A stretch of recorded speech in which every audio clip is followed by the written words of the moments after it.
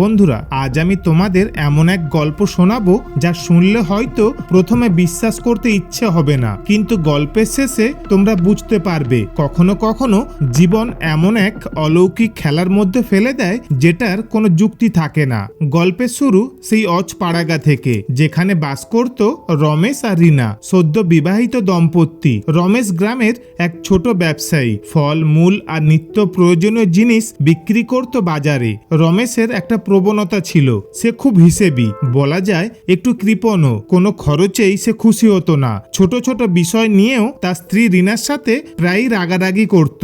রিনা কিন্তু একেবারে উল্টো স্বভাবের ছিল। তার মনটা ছিল অনেক বড়। সে বিশ্বাস করত ঈশ্বরের দয়ায় যা আছে সেটুকু ভাগ করে নিলে বরং আরো বাড়ে। পুজো, দান ধর্ম, অতিথি আপ্যায়ন এসব তার খুব প্রিয় ছিল।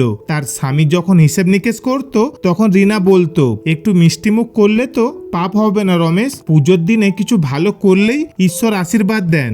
রমেশ তখন বিরক্ত হয়ে বলতো, ঈশ্বর আশীর্বাদ দেবেন তো দিক, কিন্তু আমি টাকা গুনে খরচ করব।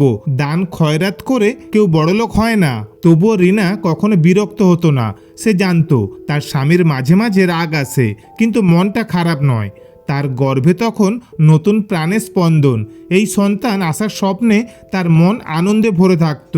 তাদের জীবন চলছিল নিজের ছন্দে, কিন্তু কেউ জানতো না কি অপেক্ষা করছে সামনের দিনে। একদিন দুপুরবেলা গরমে চারদিক হাঁসফাঁস করছে। রমেশ খেতে বসেছিল। ঠিক তখনই গ্রামে এক ভিক্ষুক প্রবেশ করলো। সে ছিল একজন সাধু। মাথায় লম্বা জট, সাদা দাড়ি, গায়ে সাদা ধুতি আর গামছা, হাতে একটি কাঠের লাঠি নিয়ে আস্তে আস্তে বাড়ির দরজায় এসে দাঁড়ালো।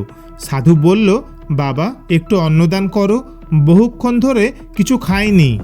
রমেশ একটু বিরক্ত হয়ে বলল, মাফ করবেন বাবা, ঘরে কিছু নেই, আমরা নিজেরাই গরিব মানুষ। এই কথা বলে রমেশ দরজা বন্ধ করতে যাচ্ছিল। ঠিক তখনই ভিতর থেকে রিনা এগিয়ে এলো। তার হাতে এক থালা ভাত, ডাল আর কিছু ফল। সে মৃদু হাসি দিয়ে বলল, ও মহারাজ, একটু দাঁড়ান, অন্নদানের মতো কিছু হয়তো আছে। সাধু একটু অবাক হয়ে রমেশের দিকে তাকিয়ে বলল, তুমি তো বলেছিলে ঘরে কিছু নেই, মিথ্যা কথা বললে বাবা, কারো প্রতি মায়া দেখাতে জানো না। রমেশ একটু মাথা নিচু করল।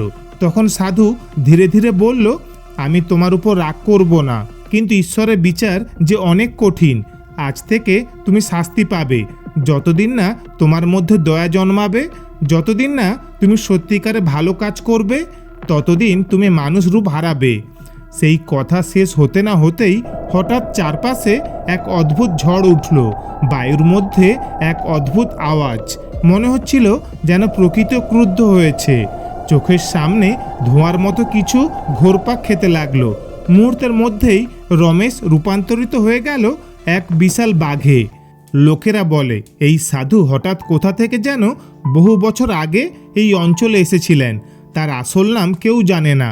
কেউ বলে সে এক সময় রাজপ্রাসাদে পুরোহিত ছিল, কিন্তু মানুষের লোভ, লালসা দেখে সে সব ছেড়ে দিয়ে ঘর ছাড়ে। কারো কারো মতে তার কাছে ঈশ্বরের বিশেষ আশীর্বাদ আছে। যার জীবনে সে পা রাখে তার ভাগ্য বদলে যায়।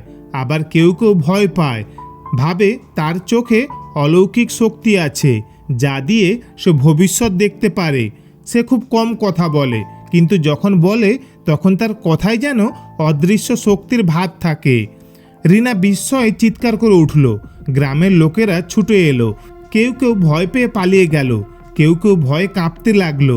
কিন্তু অবাক ব্যাপার হলো, বাঘ রমেশ কাউকে আক্রমণ করলো না, বরং স্ত্রীর সামনে মাথা নিচু করে বসে রইল। তার চোখে যেন একটা লজ্জা, একটা অনুশোচনা। তারপর শুরু হলো রিনার কঠিন জীবন। গর্ভবতী অবস্থায় বাঘ স্বামীকে নিয়ে থাকতে লাগলো সে।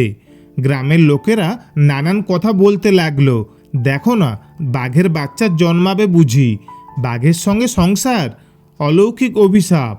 কেউ কেউ আবার রিনাকে ভয় পেত, কেউ কেউ করুণার চোখে দেখত, কিন্তু রিনা কখনো তার স্বামীর পাশে থেকে সরে দাঁড়ায়নি। প্রতি রাতেই সে বাঘ রমেশকে আদর করত, তার মাথায় হাত বুলিয়ে দিত। তুমি ভালো কাজ করলেই এই অভিশাপ কেটে যাবে, ভগবান দয়া করবে। দিন যায়, মাস যায়।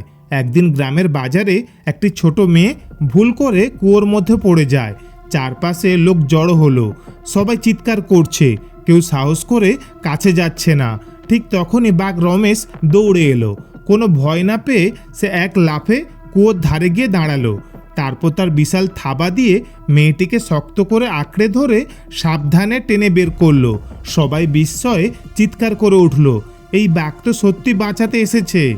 মেয়েটিকে সুস্থভাবে বের করার পর বাঘ ধীরে ধীরে রিনার দিকে তাকিয়ে রইল। চারপাশে নীরবতা।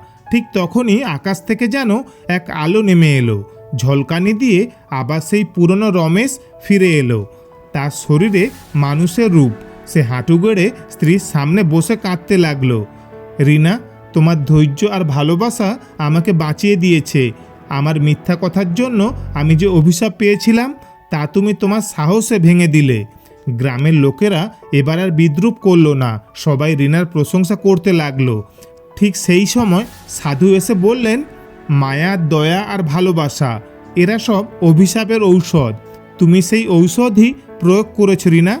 এরপর তাদের ঘরে ফুটফুটে এক সন্তান জন্ম নিল এবং এই অলৌকিক গল্প থেকে গ্রামের লোকেরা শেখে ভালোবাসা আর দয়ার শক্তি যে কোনো অভিশাপ ভেঙে দিতে পারে। তো বন্ধুরা, এই ছিল আজকের গল্প। আর এই ধরনের অলৌকিক গল্প শুনতে চাইলে আমাদের চ্যানেলটি সাবস্ক্রাইব করে পাশে থেকো। আর ভালো লাগলে লাইক ও শেয়ার করে দিও। ধন্যবাদ। আপনাদের দিন ভালো হোক।